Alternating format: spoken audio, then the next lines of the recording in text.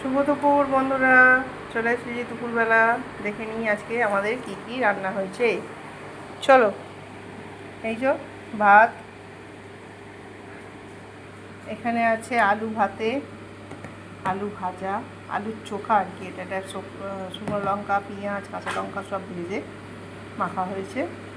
এখানে আছে কাঁকরোল ভাজা, আর এই যে ডিম সেদ্ধটা, এটা মায়ের, মা ডিম ভাজা খায় না তাই জন্য। আর এখানে আছে এই যে শাক ভাজা, এটা হচ্ছে কলমি শাক ভাজা। এখানে রয়েছে রসুন দিয়ে, পেঁয়াজ দিয়ে ভাজা হয়েছে।